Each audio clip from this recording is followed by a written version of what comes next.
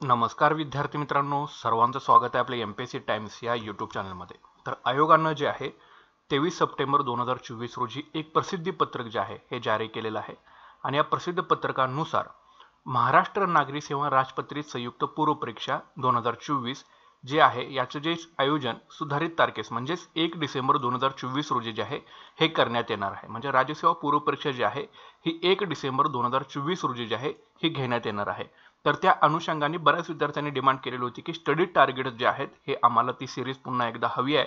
तर त्या तुमच्यासाठी स्टडी टार्गेट सिरीज आहे ते आपण पुन्हा एकदा घेऊन येतोय। ठीक आहे, तर आता ही स्टडी टार्गेट जे आहे हे पहिले स्टडी टार्गेट असेल तर याच्यामध्ये तुम्हाला कोणता अभ्यासक्रम जो आहे हा पूर्ण करायचा त्याच्या संदर्भामध्ये आपण सविस्तर चर्चा जी आहे त्या व्हिडिओच्या माध्यमातून की आपण केलेली आहे।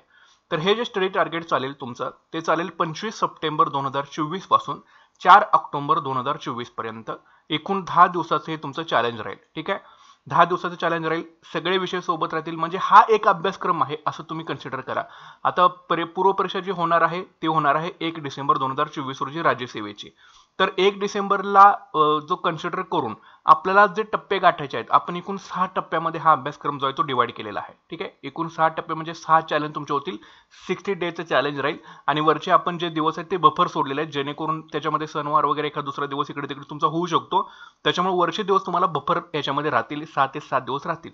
म्हणजे आज जवळपास 24 सप्टेंबर आहे, तर उद्यापासून जरी तुम्ही टार्गेट पकडलं तरी 65 ते 66 दिवस तुम्हाला मिळत आहेत। त्याच्यामुळे वरचे जे 5-6 दिवस आहेत हे तुम्हाला बफर झोन साठी आपण तिथे मोकळे ठेवलेले आहेत। ठीक आहे, तर हे 10 दिवसाचं चॅलेंज तुम्ही मनापासून पूर्ण करण्याचा प्रयत्न करा। ऍटलीस्ट कुठे ना कुठे तर तुम्ही 100% पोहोचाल, पण जर विदाउट डिरेक्शन लेस जर तुम्ही अभ्यास करत असाल तर तुम्ही कुठेही पोहोचू शकणार नाही, पुन्हा एकदा तुमची संधी जी आहे ती हुकू शकते। ठीक आहे, तर हे चॅलेंज जे राज्यसेवेची पूर्व परीक्षा देणार असेल 2024 मध्ये त्यांच्यासाठी असेल 10 दिवसांचं चॅलेंज असेल।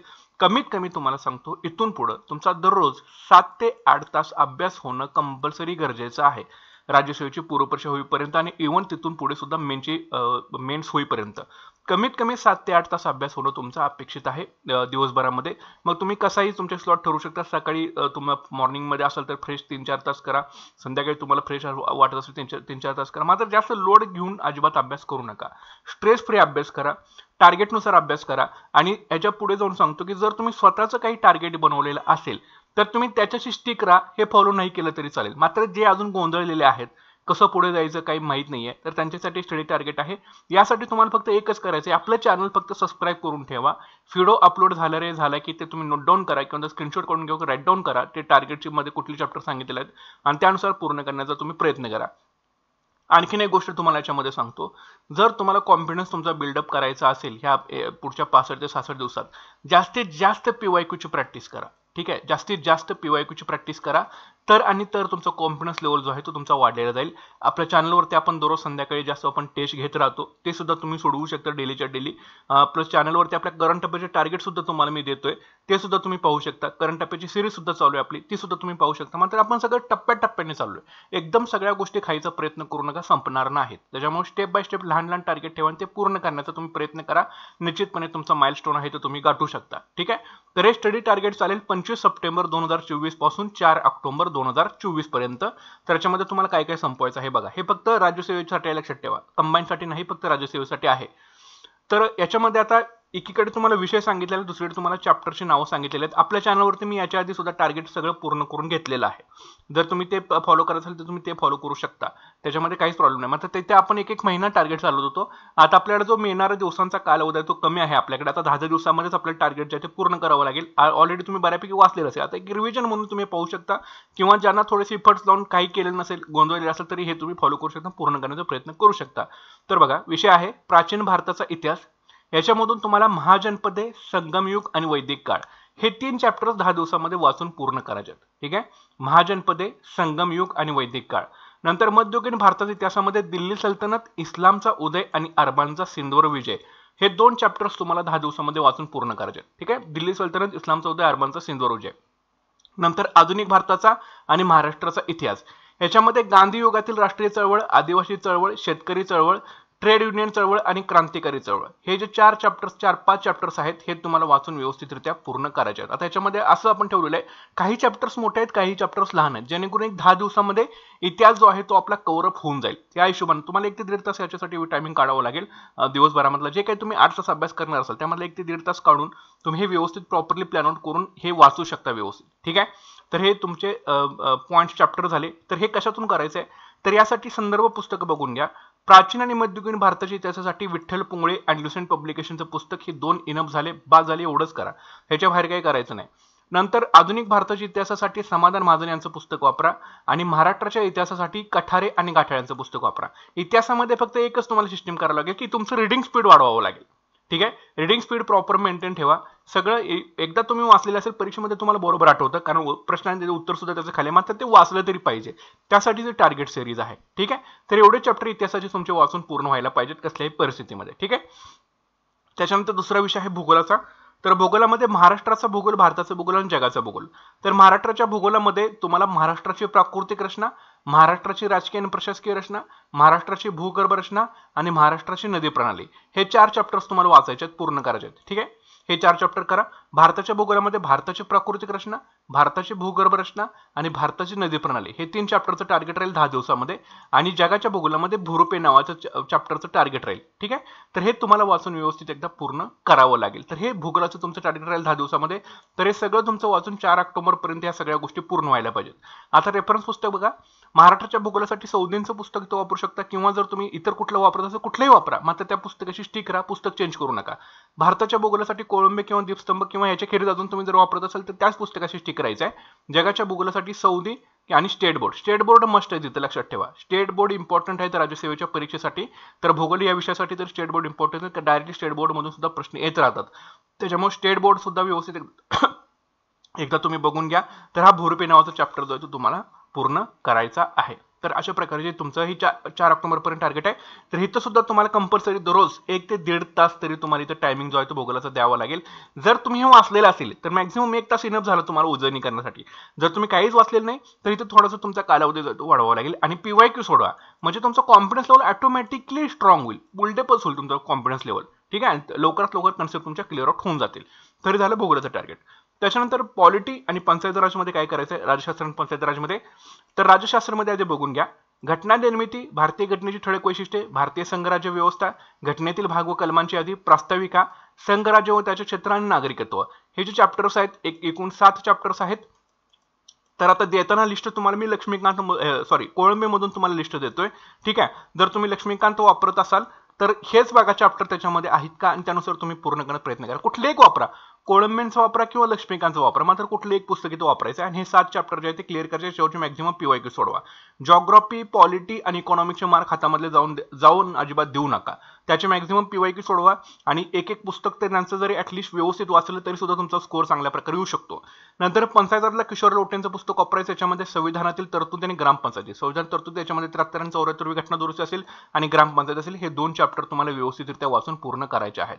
तर एवढं तुमचं टार्गेट राहिले 10 दिवसामध्ये व्यवस्थित पूर्ण करायचं आहे. ठीक आहे, त्याच्यानंतर अर्थशास्त्रामध्ये दारिद्र्य, रोजगार व बेरोजगारी, दारिद्र्य निर्मूलन व रोजगार निर्मिती योजना, राष्ट्रीय उत्पन्नाचे मोजमाप, भारतातील राष्ट्रीय उत्पन्नाचे मोजमाप, सार्वजनिक वित्त, अर्थसंकल्प रचना, प्रकार व त्रुटी आणि भारतीय कर संरचना, हे तुमचं टार्गेट राहील ह्या 4 ऑक्टोबर पर्यंत. ठीक आहे, तर व्यवस्थितरित्या हे एकदम वाचून घ्या. PYQ सोडवा मॅक्झिमम, म्हणजे ह्याच्यामध्ये तुम्हाला फारसं जास्त टेन्शन येणार नाही. ठीक आहे, यासाठी रेफरन्स पुस्तक एकतर कोळंबेंचं वापरा किंवा मग देसलेंचा भाग 1 वापरा, कुठलेही एक वापरा, पण अतिशय सुंदर पद्धतीने तुम्हाला वाचून घ्यायचं आहे आणि मॅक्झिमम PYQ याच्यावरचे सोडवायचे आहेत.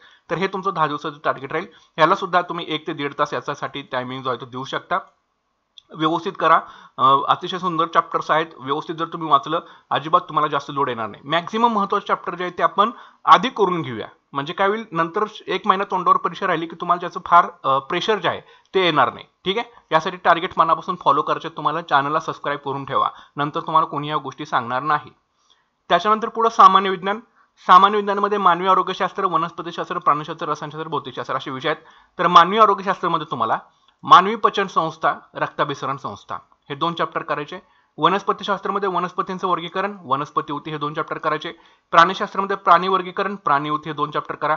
रसायनशास्त्रामध्ये अणु व त्याची रचना, आवर्त सारणी हे 2 चॅप्टर करा. भौतिकशास्त्रामध्ये प्रकाश आणि ध्वनी हे 2 चॅप्टर करायचे. ओके, तर इथं सुद्धा तुम्हाला मॅक्झिमम 1 ते 1.5 तास तुम्हाला इथं टायमिंग जो आहे तो तुमच्या दिवसभरातला काढावाच लागेल. त्याला दुसरा कुठलाही अल्टरनेटिव्ह आता तुमच्याकडे नाही. तर हे चॅप्टर जे आहे ते तुम्हाला पूर्ण करायचे आहेत. बरं, कशातून करणार? यासाठी भस्केंचं पुस्तक वापरा, लुसेंटचं पुस्तक वापरा आणि स्टेट बोर्डचे पुस्तक वापरा. स्टेट बोर्ड मॅक्झिमम 11वी किंवा 12वीचं पुस्तक इथं वापरू शकता तुम्ही. ठीक आहे. जर हे पण जमत नसेल तर भस्के किंवा लुसेंट हे दोन्ही तर ऍटलीस्ट कॉम्बिनेशन करून वापरा, तर तुमचा सायन्सचा स्कोर हा चांगल्या प्रकारे जो आहे तो येऊ शकतो. मात्र हे चॅप्टर व्यवस्थितरित्या तुम्हाला वाचून व्यवस्थित काढायचे म्हणजे काढायचेच आहेत. ठीक आहे. तर हे तुमचं टार्गेट राहील सामान्य विज्ञानचं. त्याच्यानंतर पर्यावरण या विषयाला तुषार घोरपडे यांचं पुस्तक वापरायचं, संदर्भ पुस्तक. याच्यामध्ये 3 चॅप्टर तुम्हाला वाचायचे आहेत. शाश्वत विकास, पर्यावरणीय समस्या, जागतिक तापमान वाढ आणि हवामान बदल. इथे सुद्धा तुम्हाला कमीत कमी दररोज 1 ते 1.5 तास तुम्हाला इथे द्यावाच लागेल. त्याला दुसरा कुठलाही आता पर्याय आपल्याकडे नाही. मी तुम्हाला ऑलरेडी सांगितले 7 ते 8 तास इथं अभ्यास जो आहे तो करावाच लागेल. ठीक आहे. व्यवस्थित करा, प्रॉपर करा, पण चांगल्या पद्धतीने करा. असं उगाच घाई गडबडीत वाचू नका की बाबा संपवायचं आहे, मला संपलं पाहिजे, फक्त वाचून काढावं असं करू नका. व्यवस्थित करा, 1-1 तास द्या, 1.5 तास द्या, पण व्यवस्थित स्टेप बाय स्टेप चला, जास्त बर्डन न घेता. आणि PYQची मॅक्झिमम प्रॅक्टिस इथं करायची आहे. महत्त्वाचे जे पॉईंट असेल त्याला हायलाईट करा. आता नोट्स काढत बसू नका, त्याला हायलाईट करा, अंडरलाईन करा आणि तेच वाचायचं आहे. ठीक आहे. त्या पुस्तकाची स्टिक करा, पुस्तक अजिबात चेंज करू नका. तर हे 3 चॅप्टर्स तुम्हाला तुषार घोरपडे यांच्या पुस्तकातून तुम्हाला व्यवस्थित पर्यावरणाचे वाचून घ्यायचे आहेत. त्याच्यानंतर गणित आणि बुद्धिमत्ता, एकच पुस्तक वापरायचं, ढवळींचं पुस्तक इथं वापरा. काय करायचंय? 3 चॅप्टर करायचे आहेत. अंतर, वेळ आणि वेग, काळ आणि काम आणि सरासरी, हे 3 चॅप्टर्स करायचे आहेत. हे CSATच्या पेपरमध्ये तुम्हाला येईल. अंतर, वेळ आणि वेग, काळ आणि काम आणि सरासरी. आणि बुद्धिमत्तेचे 2 चॅप्टर करायचे आहेत. दिशाज्ञान, चाचणी आणि घड्याळ. ज्यावेळी तुम्हाला वाचून बोर होतं त्यावेळी गणित आणि बुद्धिमत्ता सोडवा. ठीक आहे. मॅक्झिमम PYQ त्या एक्झाम ह्याच्या चॅप्टरवरचे तुम्ही टाईप जरी केले तरी सुद्धा तुम्हाला प्रत्येक चॅप्टरचे 1-2 टाईप करा दररोज. तुमचं 10 दिवसामध्ये ते पूर्ण होऊन जाईल. ठीक आहे. तर व्यवस्थित करा, काही सुद्धा लोड घेऊ नका याच्यामध्ये. आणि दररोज 5 पॅसेज सोडवायचे तुम्हाला कंपल्सरी. ठीक आहे. रोज 5 पॅसेज तुम्हाला न चुकता सोडवायचे. मग रात्री झोपताना सोडवा किंवा दुपारी सोडवा. ठीक आहे. मात्र रोज 5 पॅसेज तुम्हाला सोडवायचे म्हणजे सोडवायचे. आणि ते कशातून सोडवायचे? आयोगाच्या पेपरमध्ये झालेले पॅसेज सोडवा. ठीक आहे. झालेले पॅसेज, कारण CSAT हा क्वालिफाईंग पेपर आहे फक्त आपल्याला. त्याच्यामुळे झालेले जास्त लोड न घेता मॅथ्स आणि रिझनिंग चांगलं करा, म्हणजे राज्यसेवा प्लस कंबाईन सुद्धा तुम्हाला त्याच्यामध्ये एक्झाम देता येईल. आणि 5 पॅसेज फक्त निवांत टेन्शन फ्री कसं आपल्याला त्या टायमिंगमध्ये सोडवता येईल, ते कसं आकलन क्षमता वाढवता येईल त्या हिशोबाने तुम्हाला दररोज 5 पॅसेज आहे हे न सुद्धा तुम्हाला करायचे आहेत. ठीक आहे. त्याच्यानंतर चालू घडामोडी जे आहे, आपल्या चॅनलवरती टार्गेट सिरीज चालू आहे. जानेवारी 2024 ते जून 2024 चे चालू घडामोडी जे आहेत ह्या तुम्ही पहिल्यांदा एकदा क्लिअर करून घ्या, कारण बरेच विद्यार्थी आपल्या चॅनलचे सबस्क्रायबर्स असतील, त्यांनी ऑलरेडी टार्गेट फॉलो करायला सुरुवात केलेली असेल. आता हे संपून जाईल आपले सामान्य. हे एकदा संपले की आपण पाठीमागे जायचं आहे. जून 2023 ते डिसेंबर 2023, नंतर मग जानेवारी 23 ते जून 2024 पर्यंत. ठीक आहे. तर हे नंतर पाठीमागे आपण जाऊन पाठीमागच्या सुद्धा वर्षाचे आपण क्लिअर करायचं आहे. त्याच्यामुळे चालू घडामोडी जे आहे ते जानेवारी 2024 ते जून 2024 चे व्यवस्थित करून घ्या. यासाठी सोर्सेस सिम्प्लिफाईडचं वापरायचं, परिक्रमण मासिक वापरायचे, GK टुडेचे आपल्या ज्या PDF आहेत मराठीमध्ये बनवलेल्या आहेत तुम्हाला वापरायचे. थोडे 3 सोर्सेस जरी केले तरी तुमचा चालू घडामोडीमध्ये स्कोर हा चांगल्या प्रकारे जो आहे हा येणार आहे. तर अशा प्रकारचं हे तुमचं स्टडी टार्गेट राहील 10 दिवसांचं. ज्यांना कुणाला फॉलो करायचं आहे त्यांनी डेफिनेटली व्हिडिओला लाईक करा. तुम्ही हे टार्गेट स्वीकारणार आहात का? स्वीकारणार असाल तर कॉमेंट सेक्शनमध्ये येस लिहा, चॅलेंज ऍक्सेप्टेड म्हणून, आणि 10 दिवसामध्ये पूर्ण करण्याचा प्रयत्न करा. असे तुम्हाला मी 6 टार्गेट देईन. प्रत्येक 10 दिवसाला एक टार्गेट तुम्हाला मिळेल. 60 दिवसामध्ये आपण सगळा अभ्यासक्रम जो आहे तो राज्यसेवेच्या आधी पूर्ण करून घेणार. ठीक आहे. म्हणजे तुम्ही डायरेक्टली कॉन्फिडंटली तुम्ही परीक्षेला जाऊ शकता. त्याच्यानंतर मग पुढचे 5-6 दिवस याच्यामध्ये बफर सुद्धा तुम्हाला मिळतील. एखाद दिवस दिवाळीचा वगैरे इकडे तिकडे होतोच आपला, त्याच्यामुळे 5-6 दिवस तरी तुमचे बफर राहतील. किंवा एखाद दिवस मिस झाला तर तो तुम्हाला पुढच्या दिवशी तुम्ही ते भरून काढू शकता. त्यासाठी एखाद दिवस आपण इथं वरती सेपरेट दिवस राहतील. मात्र 60 दिवसाचं चॅलेंज राहील, 60 दिवसाचं टार्गेट राहील. 60 दिवसामध्ये मॅक्झिमम आपण सगळा सिलेबस जो आहे राज्यसेवा पूर्व परीक्षेचा जो आपण टार्गेटच्या माध्यमातून पूर्ण करून घेणार आहे. यासाठीच तुम्हाला आधीपासून सांगतोय, चॅनल सर्वांनी आपलं फॉलो करा, सबस्क्राईब करा आणि व्हिडिओला लाईक करायला अजिबात विसरू नका. ठीक आहे. नक्की सर्वांनी आपलं चॅनल जे आहे ते सबस्क्राईब करून ठेवा. तर भेटूया पुढच्या व्हिडिओ सेशनमध्ये. Thanks for watching guys and all the best.